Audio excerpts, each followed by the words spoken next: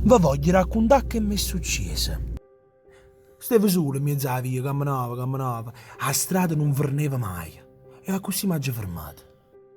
All'intrasatto un rumore rindo scuro. Un lampione che si studia, una scaricata d'acqua tutta anguolla, ma ci mi si accorre. Non può capire la paura. Me ne sono fuiuto, stavo impazzendo. E non potevo cercare aiuto. Ci trasotto dentro in un bar, mi sono guardato attorno, ma non ci stava nessuno. Allora me ne sono asciuto e mi ha avvicinato un cane. Si overiva tutto infuso, con un musello che nei fang cercavano riparo, volevo compagnia. Mi stava in culo, lo tenevo sempre appresso, e botte mi girai e non vedete più.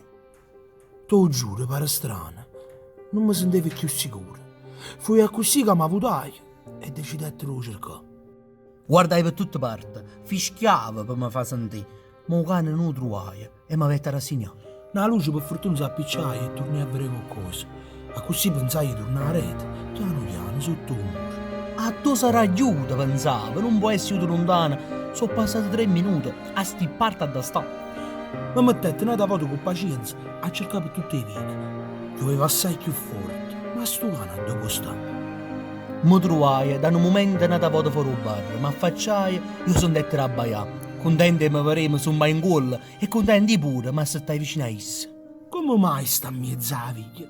Sto cane mi va bene senza manco mi conosce. Fu in un momento che pigliai coraggio e che la forza lo pigliai in braccio. Mo ti porta a casa mia, metti la capo sotto la giacca. Il cane era contento e io cercavo lo scarfà. Dopo 20 minuti tornai a casa, ma aspettavo perché ero stanco. Pigliai il cartone e mi mettette vicino. S'accucciai vicino a me.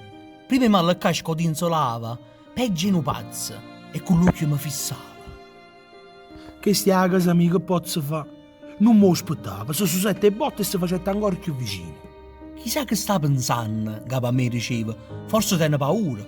Se sono sanata a volta, non capisco che può fare. Belle buone fanno un zumba.